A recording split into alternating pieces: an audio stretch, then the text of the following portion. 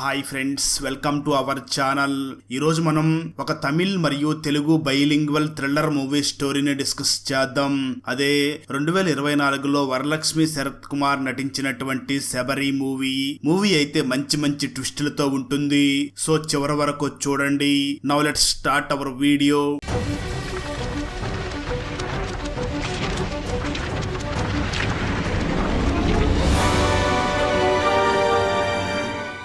Open చేస్తే 2021 వైజాగ్ సిటీలో ఒక రోజు రాత్రి మెంటల్ హాస్పిటల్లో ట్రీట్మెంట్ తీసుకుంటున్న సూర్య నిద్ర లేచి హాస్పిటల్లోని ఎమర్జెన్సీ టూల్ కిట్ నుంచి ఒక గొడ్డలని తీసుకుని సెక్యూరిటీకి దొరకకుండా పారిపోయి ఒక ఆటో డ్రైవర్ ని చంపి ఆ ఆటోలో గవర్నమెంట్ హాస్పిటల్ కి వెళ్లి రికార్డ్ రూమ్ లో ఉన్న సంజన మరియు అరవింద్ అనే ఇద్దరు భార్యాభర్తల ఫైల్ తీసుకుని తనకు అడ్డు వచ్చిన ఒక నర్సుని చంపి ఆ నర్సు బాడీని ఒక అంబులెన్స్ లో పెట్టుకుని ఒక ఇంటికి వెళ్లి అక్కడ ఉన్న హాస్పిటల్ వార్డు బాయ్ చూసి ఈ సంజన మరియు అరవిందులు ఎక్కడ ఉన్నారో అని అడుగుతాడు. అందుకు ఆ హాస్పిటల్ వార్డు బాయ్ ఏమో నాకు తెలియదు అని అనడంతో వెంటనే ఆ వార్డు బాయ్ మీద ఇంకా చనిపోయిన నర్సు బాడీ మీద పెట్రోల్ పోసి నిప్పంటించడంతో ఆ మంటలు ఇల్లంతా అంటుకుంటాయి. అయితే సూర్య మాత్రం అక్కడి నుంచి తప్పించుకుని వెళ్లిపోతాడు. అప్పుడు మూవీ టైటిల్ పడుతుంది. 2 ఏళ్ల తర్వాత సంజన అడవిలో పరిగెత్తుతూ ఉండగా అచ్చం సంజన లాగా ఉన్న మరొక మహిళ సంజన వెంటపడి సంజనాని నరికేస్తుంది. అప్పుడు బస్సులో వెళుతున్న సంజన నిద్ర లేచి ఇదంతా కళ అని అనుకుంటుంది. సంజన తన కూతురు రియాతో సంజన ఫ్రెండ్ అయినటువంటి లక్ష్మి ఇంటికి వస్తుంది. సంజన తన భర్త అరవింద్ తో గొడవపడి ముంబై నుంచి వచ్చేసి కొన్ని రోజులు లక్ష్మి ఇంట్లో ఉంటూ జాబ్ వెతుక్కోవాలి అనుకుంటుంది. చాలా జాబ్ ట్రయల్స్ తర్వాత సంజన వెళ్లి ఒకప్పటి తన క్లాస్మేట్ అయినటువంటి రాహుల్ ని కలవడంతో లాయర్ అయినటువంటి రాహుల్ సంజనాని ఒక కంపెనీకి రిఫర్ చేస్తాడు. అలా రాహుల్ రిఫర్ చేసిన కంపెనీకి వెళ్ళడానికి ఆటో ఎక్కిన సంజన తన గతాన్ని గుర్తు చేసుకుంటుంది. సంజన చిన్నతనంలో డాన్స్ మీద చాలా ఇంట్రెస్ట్ గా ఉంటుంది. స్కూల్లో సంజన డాన్స్ కాంపిటీషన్ లో విన్ అవ్వకపోవడంతో సంజన మదర్ సంజనాని చూసి ఓడిపోతే ఏమైంది, డాన్స్ ని గెలవడం కోసం కాదు, నీ కోసం నువ్వు ఎంజాయ్ చేయడం కోసం చెయ్యి అని అంటుంది. కొన్ని రోజులకి అనారోగ్యంతో సంజన మదర్ చనిపోవడంతో సంజన ఫాదర్ రెండవ పెళ్లి చేసుకుంటాడు. కానీ సంజన మాత్రం తన పిన్నితో కలవలేకపోతుంది. దాంతో ఎప్పుడూ తన పిన్నితో గొడవ పడుతూనే ఉంటుంది.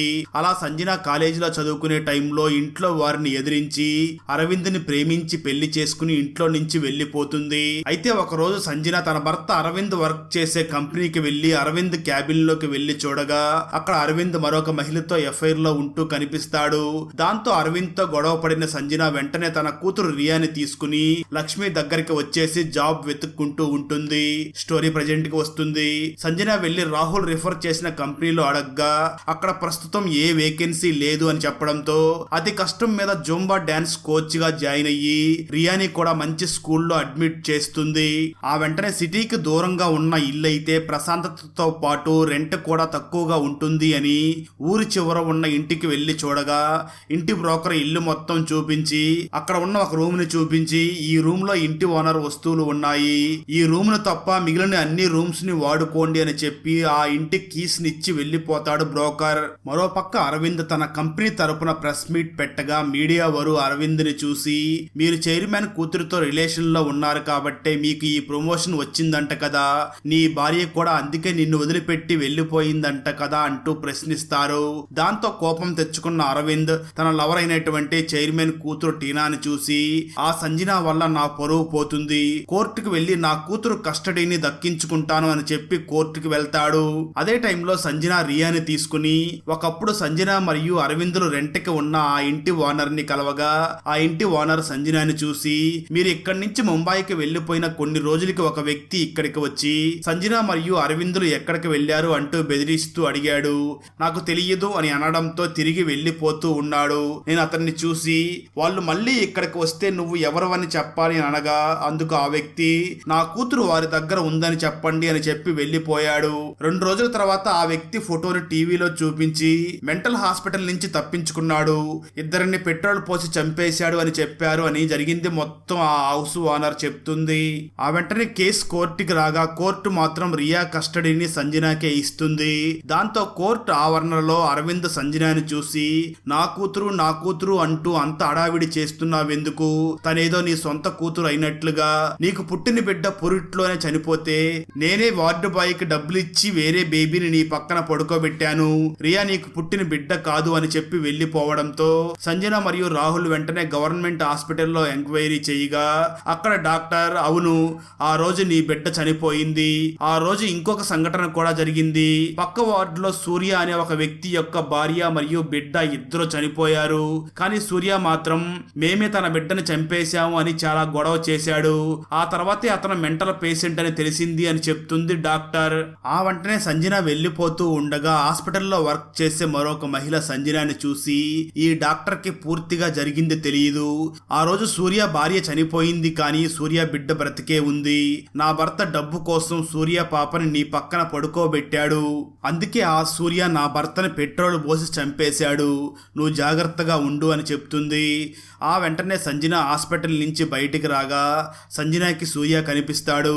సంజన వెంటనే రాహుల్ని పిలిచి చూపించగా అక్కడ ఎవ్వరూ ఉండరు. ఆ రోజు రాత్రి సంజన యూట్యూబ్లో సూర్య గురించి తన పాత న్యూస్ వీడియోస్ని చూడగా అప్పుడే ఒక ట్విస్ట్ రివీల్ అవుతుంది.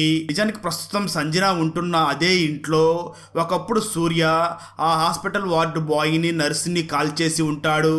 అదే తెలుసుకున్న సంజన షాక్ అవ్వగా అదే టైంలో సూర్య అక్కడికి వచ్చి నిన్ను చంపేయాలి అన్నంత కోపంగా ఉంది. కానీ నా బిడ్డని 2 ఏళ్లుగా పెంచావు కాబట్టి వదిలేస్తున్నాను, నా బిడ్డని ఇవ్వు అనడంతో సంజన వెంటనే ఇంట్లోకి పరుగు తీసి డోర్ని లాక్ చేసుకుని వెంటనే ఆ బ్రోకర్ చెప్పిన ఓనర్ రూమ్ లో ఏవైనా వస్తువులు ఉన్నాయా అని డోర్ని ఓపెన్ చేయగా ఆ రూమ్ లోని ఫోటోని చూసిన సంజన మళ్ళీ షాక్ అవుతుంది. నిజానికి సంజన ప్రస్తుతం ఉంటున్న ఇల్లు సూర్యదే అని తెలుస్తుంది. సూర్య ఇంట్లోకి వచ్చి నా బిడ్డని నా ఇంటిని వదిలిపెట్టి వెళ్ళిపో అంటూ వెంట పడడంతో సంజన బయటికి పరుగు తీసి కాలు జారి కింద పడిపోతుంది. కట్ చేస్తే ఆ తర్వాత రోజు మార్నింగ్ కళ్ళు తెరిచిన సంజన రాహుల్ ని కలిసి జరిగింది మొత్తం చెప్తుంది. రాహుల్ మాత్రం సంజన చెప్పింది మొత్తం విని నువ్వు కలకన్నావేమో, ఒకవేళ నువ్వు చెప్పింది నిజమైతే సూర్య రియాని తీసుకుని వెళ్లకుండా ఇంట్లోనే ఎందుకు ఉంచాడు అని అడుగుతాడు.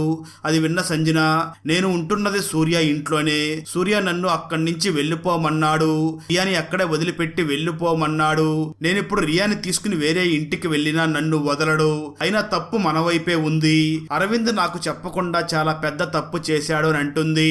ఆ మాటలు విన్న రాహుల్ సంజనాని చూసి నేను ఆల్రెడీ ఆ సూర్య గురించి ఎంక్వైరీ చేశాను. వాడు ఒక క్రిమినల్, పిల్లల్ని అమ్మేసేవాడు, అమ్మడం కోసమే పిల్లల్ని కనేవాడు. అరవింద్ చేసింది తప్పే అయినా ఆ పని వల్ల రియాకి మంచి లైఫ్ వచ్చింది, లేదంటే సూర్య ఎవరికో అమ్మేసేవాడు. ఇవన్నీ వదిలేసేయి, ఈవినింగ్ మా ఇంట్లో పార్టీ ఉంది, నువ్వు కూడా రావాలి అని చెప్తాడు రాహుల్. ఆ రోజు రాత్రి పార్టీకి వెళ్లిన సంజన తిరిగి ఇంటికి వెళుతూ ఉండగా సూర్య సంజన వెంట పడతాడు. దాంతో పరిగెత్తి స్పృహ తప్పి పడిపోగా అటుగా వెళుతున్న పోలీసులు సంజనాని హాస్పిటల్లో అడ్మిట్ చేస్తారు. ఆ తర్వాత రోజు సంజన రాహుల్ ని చూసి రియా ప్రమాదంలో ఉంది అంటూ టెన్షన్ పడుతూ ఉండడంతో అప్పుడు రాహుల్ ఒక ట్విస్ట్ రివీల్ చేస్తాడు. రాహుల్ సంజనాని చూసి సూర్య నిన్ను ఏమీ చేయలేడు, ఎందుకంటే సూర్య 2 ఏళ్ల క్రితమే ఒక యాక్సిడెంట్ లో చనిపోయాడు అంటూ సూర్య యాక్సిడెంట్ వీడియోని చూపిస్తాడు. అంతేకాదు ముందు రోజు రాత్రి సంజన పరుగు తీసిన ఆ కాలనీలోని సీసీటీవీ వీడియోస్ ని చెక్ చేయగా దానిలో అసలు సూర్య కనిపించకుండానే సంజనానే సూర్య తన వెంట పడుతున్నట్లుగా ఊహించుకుని పరుగు తీస్తూ ఉంటుంది. ఇదంతా చూసిన రాహుల్ సంజన పిన్నిని ఇంకా ఒక డాక్టర్ ని కలిసి మాట్లాడగా సంజనాకి చిన్నతనంలో తన మదర్ చనిపోయినప్పటి నుంచి సంజనాకి తన మదర్ కనిపిస్తున్నట్లుగా ఊహించుకుంటూ ఉండే ఒక సైకలాజికల్ ప్రాబ్లం ఉండేది అని తెలుస్తుంది. దాంతో సంజనాకి డాక్టర్ మెడిసిన్స్ ని ఇచ్చి వాడమని చెప్పి ఉంటుంది. అయితే ట్విస్ట్ ఏమిటి అంటే అప్పుడే వేరే ప్రాంతంలో ఉంటున్న సూర్య వైజాగ్ కి వస్తాడు. స్టోరీ గతానికి వెళ్తుంది. నిజానికి సూర్యకి యాక్సిడెంట్ అయ్యి హాస్పిటల్లో అడ్మిట్ అవ్వగా డాక్టర్ సూర్యని చెక్ చేసి చనిపోయినట్లుగా నిర్ధారించి మార్చురీకి పంపించేస్తాడు. అయితే చాలా సందర్భాల్లో నిజంగా జరిగినట్లుగా సూర్య తిరిగి ప్రాణాలతో పైకి లేచి తన బాడీ ప్లేస్ లో వేరొక డెడ్ బాడీని పెట్టి తను చనిపోయినట్లుగా అందరూ అనుకునేలాగా వేరే ప్రాంతానికి వెళ్లిపోతాడు. అలా ప్రాణాలతోనే ఉన్న సూర్య తిరిగి మళ్ళీ వైజాగ్ కి వస్తాడు.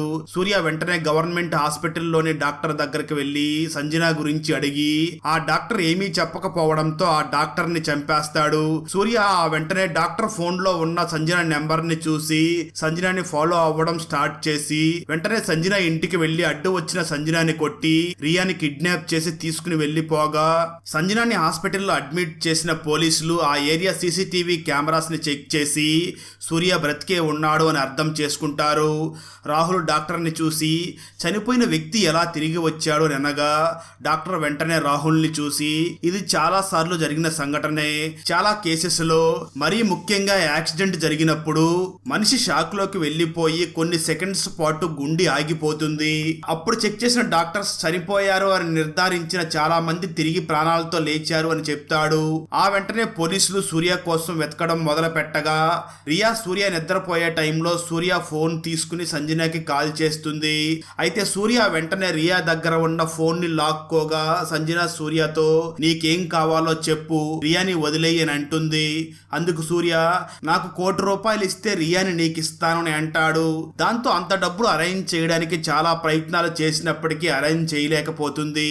దాంతో సంజన తన దగ్గర ఉన్న డబ్బుతో ఒక ఇల్లీగల్ గన్ను తీసుకుని డబ్బు ఇవ్వడానికి వెళ్తున్నట్లుగా సూర్య దగ్గరికి వెళ్లి సూర్యతో ఫైట్ చేస్తుంది. ఆ ఫైట్ లో చివరికి సంజన సూర్యని చంపేయబోతూ ఉండగా అప్పుడు సూర్య సంజనాని చూసి నీ బిడ్డని నేను వదిలేసినా వాడు వదిలేయడు అంటూ మరొక ట్విస్ట్ రివీల్ చేస్తాడు. సరిగ్గా అదే సమయంలో అక్కడికి సంజన భర్త అయినటువంటి అరవింద్ వస్తాడు. అరవింద్ సంజనాని చూసి ఈ సూర్య రియా కోసం నీ దగ్గరికి వచ్చాడు, నేనే వీడికి డబ్బులు ఇచ్చి నీ దగ్గర ఉన్న రియాని తీసుకువచ్చి నాకు ఇవ్వమన్నాను, అందుకే వాడు మళ్ళీ వైజాగ్ వచ్చాడు అని చెప్తాడు అరవింద్. అదే టైంలో రాహుల్ కూడా అక్కడికి వస్తాడు. దాంతో వారి మధ్య ఫైట్ జరుగుతుంది.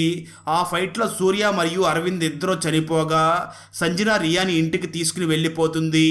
అక్కడతో ఈ మూవీ అయిపోతుంది. అన్నట్లు మీరు రీసెంట్గా రిలీజ్ అయిన ఫహద్ ఫాసిల్ మూవీ అయినటువంటి ఆవేశం అలాగే సైలెన్స్ మూవీని చూసారా? ఈ రెండు మూవీస్ కూడా చాలా బాగుంటాయి. ఆ వీడియో లింక్స్ ని ఈ వీడియో డిస్క్రిప్షన్ లో మరియు కామెంట్స్ లో ఇస్తాను, చూసేయండి. అలాగే వీడియో నచ్చినట్లయితే లైక్ చేసి ఒక చిన్న కామెంట్ చేస్తే మాకు నెక్స్ట్ వీడియో చేయడానికి ఎంకరేజింగ్ గా ఉంటుంది. అలాగే ఛానల్ ని సబ్స్క్రైబ్ చేసి పక్కనే ఉన్న బెల్ ఐకాన్ ని క్లిక్ చేసి సపోర్ట్ చేయండి. Thanks for watching. జై హింద్.